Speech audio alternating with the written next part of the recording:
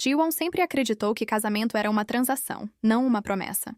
Aos 29 anos, ele estava no saguão do Grand Sheila Hotel com os ombros eretos e o sorriso ensaiado, esperando pela mulher que salvaria seu escritório de arquitetura falido. A empresa do pai havia desmoronado 6 meses atrás, levando consigo cada sonho que Ji-won construíra desde a formatura. Os cobradores ligavam diariamente. A mãe dele não dormia direito havia semanas. Então veio a oferta da família Choi. Case-se com a filha deles, Sora. Receba um investimento de 10 milhões de dólares e não faça perguntas. Ele assinou os papéis na mesma tarde. Sora chegou 15 minutos atrasada ao primeiro encontro, vestindo um blazer creme e sapatos baixos, o cabelo preso tão firmemente que parecia doloroso. Ela não se desculpou. Sentou-se à frente dele no café do hotel, pediu café preto e disse: "Presumo que você saiba por que estamos fazendo isso." A voz era firme, quase clínica. Ji-won assentiu. Ela continuou: "Minha família precisa de alguém apresentável. Alguém que não os envergonhe em jantares de caridade. Você precisa de dinheiro. É simples." Ela deslizou uma pasta pela mesa. "Estes são os termos.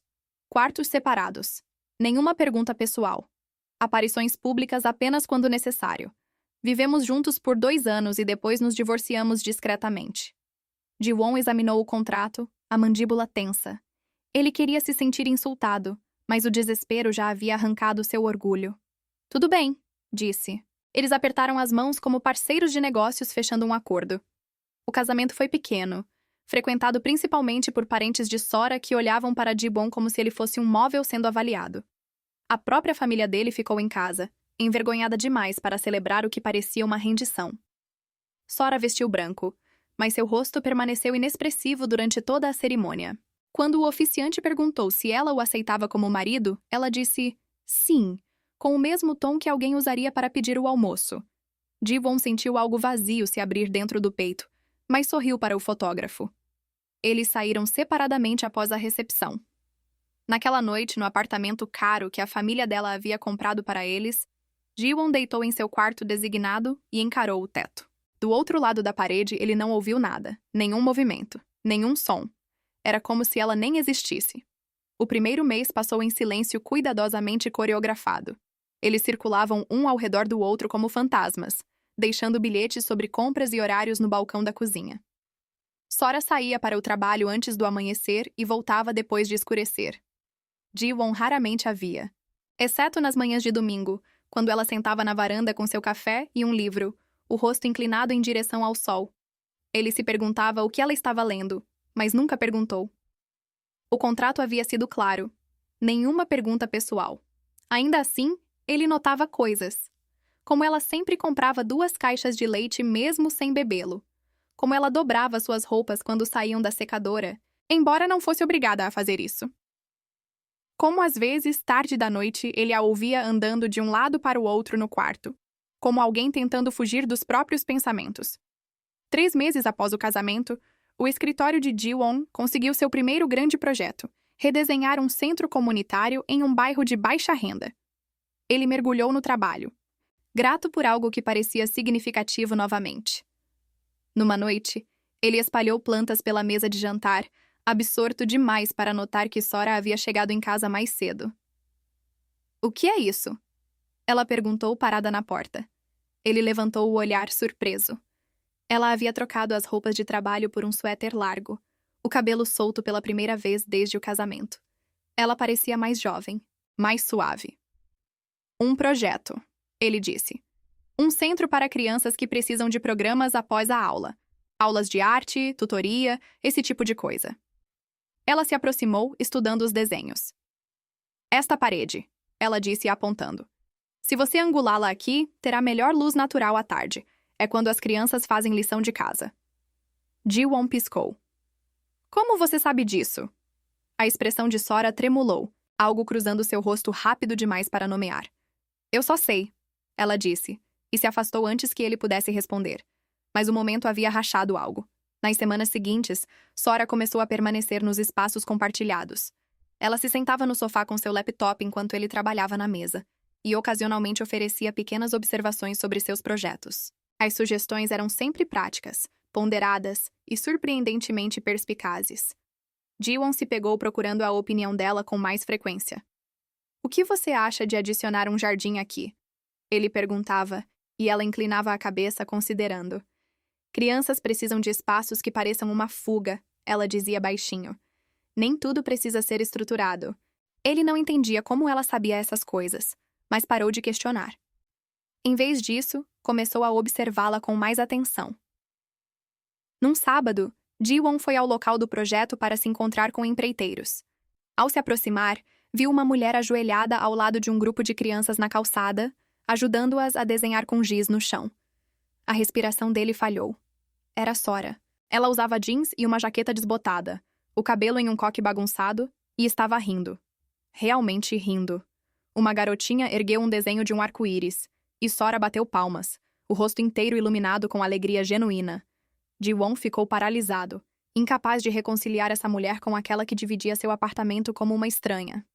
Quando Sora finalmente o notou, a luz em seus olhos se apagou. Ela se levantou rapidamente, limpando poeira de giz dos joelhos. "O que você está fazendo aqui?" ele perguntou. Ela hesitou. "Trabalho voluntário", ela disse simplesmente. "Venho todo sábado." Antes que ele pudesse perguntar mais, ela juntou suas coisas e saiu. Naquela noite, Ji-won não conseguia dormir. Ele continuava vendo o rosto de Sora com aquelas crianças. O jeito como ela parecia tão completamente presente, tão viva. Contrastava fortemente com a inexpressividade cuidadosa que ela usava em casa. Ele se levantou e a encontrou sentada na varanda novamente, enrolada em um cobertor, encarando as luzes da cidade. "Posso me juntar a você?" ele perguntou. Ela não olhou para ele, mas assentiu. Ficaram em silêncio por um longo tempo. Finalmente, Ji-won disse: "Você não precisa responder se não quiser, mas por que você faz trabalho voluntário lá?" Os dedos de Sora se apertaram em volta da caneca de café. "Porque eu sei como é", ela disse, a voz mal audível. "Ser invisível. Sentir que ninguém se importa se você existe ou não." As palavras pairaram entre eles, pesadas com significado que Ji-won não entendia completamente. "Não entendo", ele admitiu. Sora respirou fundo e trêmula. "Minha família nem sempre teve dinheiro. Quando eu tinha 8 anos, o negócio do meu pai faliu. Perdemos tudo. Vivemos em um abrigo por 2 anos." A voz dela rachou levemente. "Lembro de estar com tanta fome que roubava biscoitos da caixa de doações. Lembro de professores fingindo não notar que eu usava as mesmas roupas todos os dias. Lembro de sentir que era danificada demais para alguém me amar." O peito de Ji-won se contraiu. "Sora." Ela se virou para ele então, os olhos molhados. "Então meu pai teve sorte. Ele ganhou dinheiro. Muito dinheiro. E de repente todos agiram como se aqueles anos nunca tivessem acontecido. Minha família finge que eu nunca fui aquela garotinha assustada. Eles queriam que eu me casasse com alguém que nunca olhasse muito de perto. Alguém que mantivesse as aparências." Uma lágrima escorreu por sua bochecha. "Mas aquelas crianças no centro. Elas me veem, a verdadeira eu. E eu as vejo." Ji-won estendeu a mão devagar, dando-lhe tempo para se afastar, e pegou a mão dela. Ela não resistiu. "Sinto muito", ele disse. "Sinto muito que você tenha passado por isso sozinha." Sora riu amargamente. "Não se desculpe. Você se casou comigo por dinheiro. Não espero nada mais." Mas Ji-won balançou a cabeça. "Talvez tenha sido assim que começou", ele disse. "Mas você não é o que eu esperava. Você não é essa pessoa fria e distante. Você é alguém que aparece para crianças que não têm nada. Alguém que sabe exatamente como fazer um espaço parecer seguro. Alguém que..." Ele pausou, surpreso com sua própria honestidade. "Alguém que eu quero conhecer melhor." Sora olhou para ele como se tivesse falado uma língua estrangeira. "Por quê?" Ela sussurrou. "Por quê?" Ji-won disse. "Acho que ambos estamos cansados de ser invisíveis." Algo mudou naquela noite. Eles começaram a conversar. Realmente conversar. Sora contou sobre os anos no abrigo, sobre a professora que salvara sua vida ao acreditar nela, sobre como havia trabalhado em 3 empregos para se formar enquanto o pai reconstruía sua fortuna. Ela contou sobre a vergonha que ainda vivia em seus ossos, como se sentia uma impostora em roupas caras. Ji-won contou sobre seus próprios fracassos, sobre assistir a empresa do pai desmoronar, sobre a vergonha de precisar de resgate. Eles descobriram que ambos entendiam o que significava estar quebrado, e então ser forçado a agir inteiro. Eu pensei que você era apenas mais uma garota rica, Ji-won admitiu numa noite. Sora sorriu tristemente. Eu pensei que você era apenas mais um homem desesperado. Acho que ambos estávamos errados. Conforme o verão se transformou em outono, eles caíram em novos ritmos. As manhãs de sábado se tornaram sagradas. Ji-won começou a se juntar a Sora no centro comunitário, ajudando com aulas de arte e aprendendo os nomes das crianças. Ele a observava ganhar vida nesses espaços. Via como ela era paciente com um menino tímido que não falava, como celebrava a pintura torta de uma menina como se fosse digna de museu. E as crianças a adoravam. Subiam em seu colo, brigavam por sua atenção, confiavam nela seus segredos. Ji-won se viu se apaixonando não pela mulher que seu contrato descrevia, mas por essa pessoa que dava pedaços de si livremente a crianças que precisavam saber que importavam. Numa tarde, um garotinho chamado Minho perguntou a Ji-won: "A senhorita Sora é sua namorada?" Ji-won olhou para Sora, que estava ajudando outra criança do outro lado da sala. "Ela é minha esposa", ele disse. Os olhos de Minho se arregalaram. "Isso significa que você a ama, certo?" A pergunta se alojou na garganta de Ji-won. Ele amava? Quando o sentimento vazio em seu peito havia se enchido com algo quente. Quando o riso dela havia se tornado a melhor parte do dia. Quando o pensamento de perdê-la, do contrato terminar, havia começado a parecer insuportável. "Sim", ele disse baixinho. "Eu amo." Mas amá-la significava confrontar uma verdade impossível. O casamento deles tinha data de validade. O contrato estipulava 2 anos, e eles estavam se aproximando da metade. Ji-won começou a acordar em suores frios, imaginando o dia em que Sora faria suas malas e partiria. Ele queria dizer como se sentia, mas o medo o paralisava. E se ela não sentisse o mesmo? E se ela ainda visse o arranjo deles como puramente transacional? Ele não podia suportar outra rejeição, outro fracasso. Então ele não disse nada, e assistiu os dias escorrerem como água entre seus dedos. Sora, enquanto isso, lutava sua própria batalha. Ela havia começado a notar como Ji-won sorria para ela quando achava que ela não estava olhando. Como ele havia começado a manter seu chá favorito estocado na despensa. Como ele havia consertado a dobradiça rangente da porta do quarto dela sem ser solicitado. Pequenos gestos que pareciam enormes. Ela se pegava imaginando uma vida além do contrato. Acordando com ele toda manhã, construindo algo real. Mas então ela se lembrava. Ele havia se casado com ela por dinheiro. Qualquer gentileza que ele demonstrasse agora era provavelmente apenas gratidão, não amor. Ela não podia se permitir esperar por mais. Esperança sempre levava à decepção. O ponto de ruptura veio numa terça-feira chuvosa de novembro. Ji-won recebeu uma ligação do hospital. Sua mãe havia desmaiado. Ele correu para o lado dela, passando 3 horas aterrorizantes na sala de espera antes dos médicos assegurarem que ela estava estável, apenas exausta e estressada. Quando ele finalmente chegou em casa perto da meia-noite, encharcado e tremendo, Sora estava esperando na sala. "Sua mãe?" Ela perguntou imediatamente. "Ela está bem", Ji-won disse, a voz rouca. "Só precisa descansar." Sora se levantou e, sem hesitação, envolveu os braços ao redor dele. Ji-won se quebrou. Ele enterrou o rosto no ombro dela e chorou, todo o medo e pressão do último ano se derramando. Sora o segurou firmemente, acariciando seu cabelo, murmurando palavras suaves de conforto. "Estou aqui", ela disse. "Você não está sozinho." Quando as lágrimas finalmente cessaram, Ji-won se afastou apenas o suficiente para olhá-la. Os olhos dela estavam cheios de preocupação, as mãos ainda envolvendo seu rosto. "Sora", ele sussurrou. "Não consigo mais fazer isso." O rosto dela caiu. "O que você quer dizer?" "Não consigo fingir", ele disse desesperadamente.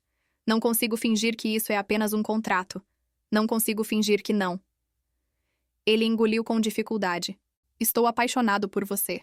Não sei quando aconteceu, mas estou. E sei que não era o acordo. E sei que não tenho o direito de pedir mais, mas não consigo continuar vivendo como se tivéssemos uma data de validade. Está me matando." Sora o encarou, a boca ligeiramente aberta. Por um longo e agonizante momento, ela não disse nada. Então novas lágrimas escorreram por suas bochechas. Idiota! Ela sussurrou. Estou apaixonada por você há meses. Achei que era só eu. Achei que você contaria os dias até poder partir. Ji-won soltou um som entre uma risada e um soluço. Partir? Sora, você é a melhor coisa que já me aconteceu. Você me vê. O verdadeiro eu. Não o homem que eu deveria ser, mas quem eu realmente sou. Como eu poderia querer deixar isso? Sora o beijou então, as mãos entrelaçadas em seu cabelo molhado, e Ji-won sentiu as últimas paredes entre eles desmoronarem. Eles se beijaram como pessoas que estavam se afogando, e finalmente encontraram ar, como se todos os meses de distância cuidadosa tivessem sido construídos exatamente para esse momento. Quando finalmente se separaram, ambos sem fôlego, Sora pressionou a testa na dele. Então, o que fazemos com o contrato? Ela perguntou. Ji-won sorriu. Rasgamos. Começamos de novo. Sem termos, sem condições. Só nós, descobrindo juntos. Sora riu, o som claro e livre. Eu gostaria disso. Eles reconstruíram o casamento em fundações inteiramente novas. Os quartos separados se tornaram uma piada. Eles acordavam entrelaçados na maioria das manhãs, trocando beijos sonolentos e roubando o café um do outro. Ji-won começou a se juntar a Sora em seus dias de voluntariado permanentemente, e juntos começaram a planejar uma expansão para o centro comunitário. O escritório de arquitetura dele prosperou, mas ele se certificou de priorizar projetos que importavam, que serviam pessoas que haviam sido negligenciadas. Sora finalmente contou a verdade à família sobre seu passado, sobre os anos no abrigo, e quando tentaram envergonhá-la ao silêncio, ela se afastou. Terminei de esconder quem sou, ela disse a Ji-won. Terminei de fingir que aqueles anos não me fizeram quem sou. Ele beijou sua têmpora. Bom, porque eu amo exatamente quem você é. No primeiro aniversário deles, o verdadeiro, contando daquela noite chuvosa de novembro, Ji-won levou Sora de volta ao centro comunitário. As crianças haviam planejado uma festa surpresa, decorando as paredes com cartões e pinturas feitas à mão. Minho, agora uma cabeça mais alto, apresentou-lhes um desenho de duas pessoas de mãos dadas sob um arco-íris. São vocês, ele anunciou orgulhosamente, porque a senhorita Sora diz que vocês se encontraram quando tudo estava escuro. Ji-won olhou para sua esposa, os olhos dela brilhando com lágrimas felizes, e soube que o garoto estava certo. Ambos haviam estado perdidos em suas próprias maneiras, ambos convencidos de que eram danificados demais para o amor verdadeiro. Mas de alguma forma, no espaço entre um contrato e uma escolha, eles haviam se encontrado. Naquela noite, deitado na cama com Sora encolhida contra seu peito, Ji-won sussurrou, obrigado. Sora inclinou a cabeça para cima. Por quê? Por ser corajosa o suficiente para me deixar ver você, ele disse. Por confiar em mim com sua história. Por me mostrar que amor não é uma transação. É uma escolha que fazemos todos os dias. Sora sorriu, traçando padrões em seu braço. Eu deveria agradecer a você também. Você me viu quando eu estava tentando tanto permanecer invisível. Você me fez acreditar que eu valia mais que o dinheiro da minha família ou a vergonha do meu passado. Ela pausou. Você me fez acreditar que eu valia ser amada. Você vale, Ji-won disse ferozmente. Você vale tudo. Eles se beijaram devagar, ternamente na escuridão do quarto compartilhado. Do lado de fora, a cidade continuava seu movimento inquieto, cheia de pessoas procurando por conexão, por significado, por alguém que as visse verdadeiramente. Mas ali, naquele pequeno apartamento que já havia parecido uma prisão, duas pessoas haviam encontrado exatamente o que precisavam. Não um amor perfeito, mas um real. Não uma transação, mas uma promessa. E isso, ambos sabiam. Valia infinitamente mais do que qualquer contrato jamais poderia conter. Anos depois, quando as pessoas perguntavam como se conheceram, Ji-won e Sora trocavam olhares cúmplices. É complicado, Sora diria com um sorriso. Vamos apenas dizer que tivemos um começo muito não convencional, Ji-won acrescentaria, pegando a mão dela. Mas entre eles, carregavam a verdade, que às vezes o amor não chega como um raio. Às vezes ele cresce devagar nos espaços silenciosos entre duas pessoas que foram corajosas o suficiente para parar de se esconder. Às vezes, ele floresce no momento em que você percebe que ser visto, verdadeiramente visto, é o maior presente que você pode receber. E às vezes, a pessoa com quem você se casou por todas as razões erradas acaba sendo exatamente a pessoa que você precisava o tempo todo. O contrato que haviam assinado estava esquecido em uma gaveta em algum lugar, juntando poeira. Eles não precisavam mais dele. Haviam escrito uma nova história juntos, uma sem cláusulas ou condições, uma que começava com "eu escolho você", e não tinha fim à vista. E todos os dias, de 100 pequenas maneiras, eles continuavam a escolher um ao outro. Essa era a verdadeira promessa. Esse era o verdadeiro casamento. E isso, ambos concordavam, era o único contrato que jamais importou.